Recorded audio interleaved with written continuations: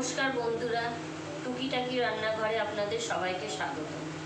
আজকে আমি বানাবো এই যে এগুলো হলো কাতল মাছ, মানে কাতলা মাছ। কাতলা মাছের একটা সিম্পল রেসিপি, একদম সিম্পল ইজি, বেশি ঝামেলা নয়। আজকে একদম ইজি একটা রেসিপি বানাবো, আপনারা আমার সঙ্গে থাকুন। আমি কড়াই গরম বসিয়ে দিয়েছি,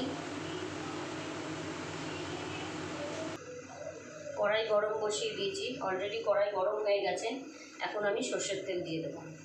আজকে কাতলা মাছটা একদম ইজিভাবে করবো, কোনো ঝামেলা করবো না, যাতে একদম ঘরে যা জিনিস আছে সেই দিয়ে তাড়াতাড়ি হয়ে যায়।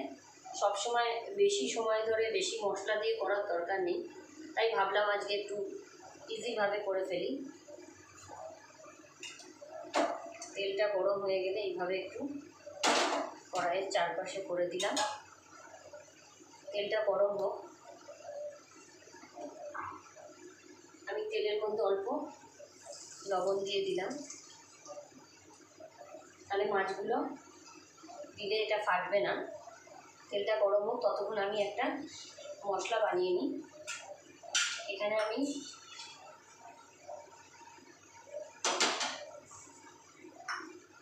সর্ষে নিয়ে নেব, সর্ষে দিয়েই করবো। 1 চামচ সর্ষে দিলাম। সর্ষের সঙ্গে একটু পোস্ত দিলে মাছের টেস্টটা খুব ভালো হয়, তাই আমি এখানে আধা চামচ পোস্ত দিয়ে দিলাম। 1 চামচ সর্ষে আর আধা চামচ পোস্ত। এবার আমি এটাকে একটু নুন দিয়ে ভিজিয়ে রাখবো। একটু নুন দিলাম, দিয়ে আমি এটাকে একটু কুসুম কুসুম গরম জলে, হালকা গরম জলে ভিজিয়ে রাখলাম। এটা ভিজুক, ততক্ষণ তেল গরম হয়ে গেছে। আমি মাছগুলো এক এক করে, আমি নুন হলুদ মাখিয়ে রেখেছিলাম, মাছগুলো এক এক করে ভেজে নেব।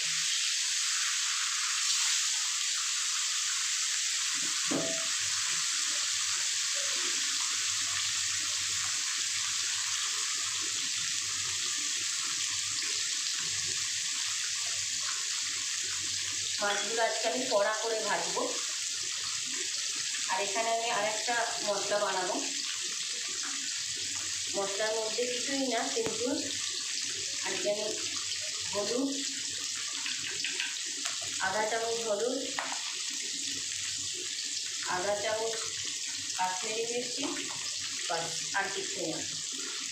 এটিকে আমি একটু অল্প জল দিয়ে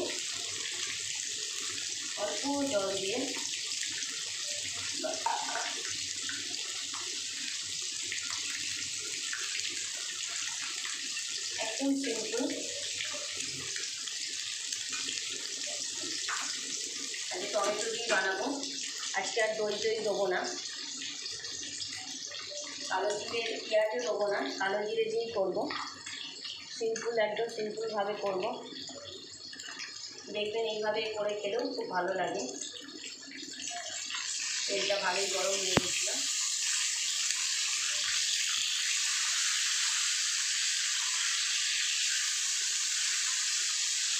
মাছটা ভালো করে ভাজা হোক,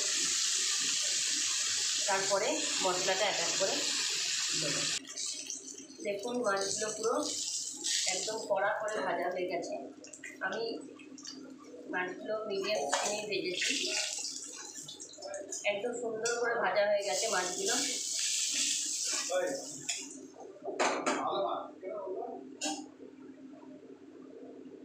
সুন্দর করে মাছগুলো ভাজা হয়ে গেছে। এই তেলের মধ্যেই আমি অল্প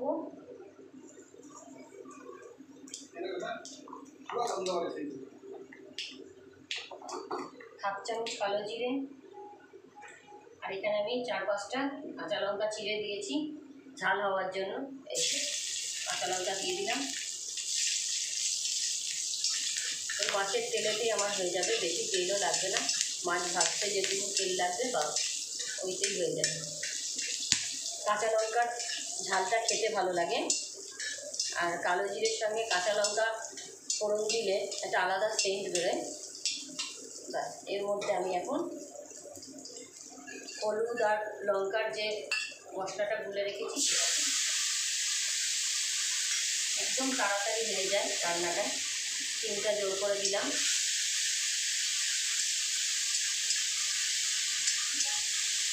ব্যাস 1 মিনিট একটু নাড়াচাড়া করে নিয়ে আমি এখানে একটা টমেটো পেস্ট করে রেখেছি, টমেটোটা দিয়ে দিলাম।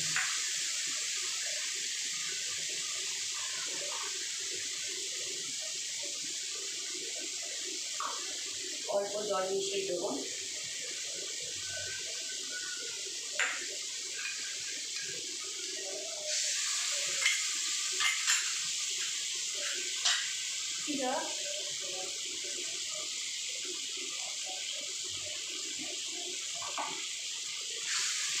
দেখুন মশলাটা।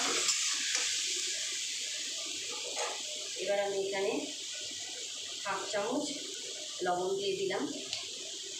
আপনারা আপনাদের স্বাদ অনুযায়ী লবণ দিয়ে দেবেন।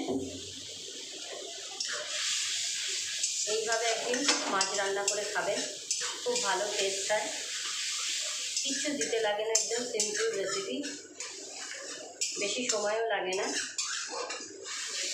একটু মশলাটা আমি ঢেকে দেবো। একটু মশলাটা 1-2 মিনিটের জন্য ঢেকে দেবো আর গ্যাসের স্টিমটা কম করে দিলাম।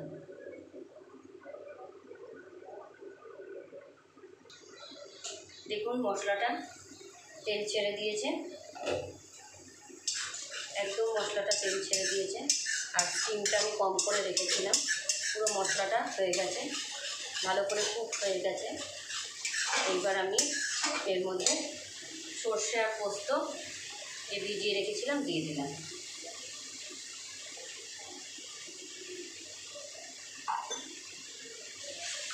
আমি লবণ টবণ সবই দিয়ে দিয়েছি আগে।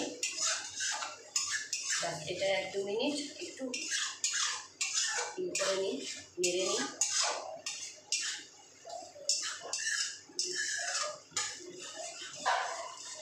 তারপর আমি ফাইনালি জল দিয়ে দেবো, যতটা জল লাগবে। আমি এখানে গুঁড়ো লঙ্কা দিইনি, কাশ্মীরি মির্চি দিয়েছি আর কাঁচা লঙ্কাটা দিয়েছি, তাতেই ভালো লাগবে খেতে। কালো জিরে কাঁচা লঙ্কা দিয়ে এটার একটা আলাদা টেস্ট হয়। পেঁয়াজ আদা রসুন দিয়ে মাছ আলাদা হয় আর কাঁচা লঙ্কা কালো জিরের টেস্টটা আলাদা হয়। আপনারা অবশ্যই বাড়িতে একবার বানিয়ে খাবেন আর কমেন্ট করবেন। আর আমার চ্যানেলটি যদি সবার ভালো লেগে থাকে অবশ্যই সাবস্ক্রাইব করবেন, লাইক করবেন, শেয়ার তো করবেনই। আপনাদের অবশ্যই ভালোবাসা খুবই দরকার। সবাই শেয়ার করবেন আমার ভিডিওটি, তাহলে আমার খুব ভালো লাগবে। আর কমেন্টও করে জানাবেন। দেখুন এটা দিয়ে তেল ছেড়ে গেছে। এবার আমি ফাইনালি জল দিয়ে দিলাম, 1 বাটি জল দিলাম। আমি বেশি ঝোল করব না, তাই 1 বাটি জল দিয়েছি। এবার আমি মাছগুলো দিয়ে দেবো। ঝোলটা একটু একবার ফুটে গেলে আমি মাছগুলো দিয়ে দেবো। দিয়ে আমি অল্প 1-2 মিনিটের জন্য একটু ঢেকে দেবো, বাস।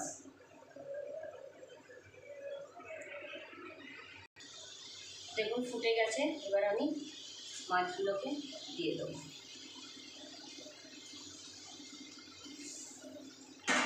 মাছগুলো দিয়ে দিলাম। এইভাবে একদিন বানিয়ে খাবেন। আমি আরও অনেক রেসিপি আপনাদের সঙ্গে শেয়ার করব, অবশ্যই আপনারা আমার সঙ্গে থাকবেন। আমি ডেলি চেষ্টা করব কিছু না কিছু রেসিপি শেয়ার করতে। এবার আমি একটু ঢেকে দিই। গ্যাসটা ফুল স্টিমে থাক, বেশিক্ষণ না, 1-2 মিনিট ফুটে গেলেই আমি নামিয়ে নেব, কারণ ঝোলটা মোটামুটি আরেকটু টানলেই আমি নামিয়ে নেব। আপনারা আমার সঙ্গে থাকবেন অবশ্যই। দেখুন একদম আমার মাছ রান্না রেডি, পুরো কমপ্লিট। আজকে বাড়িতে ধনেপাতা নেই, তাই ধনেপাতা দিলাম না। ধনেপাতার বদলে আমি একটা অন্য জিনিস দেবো।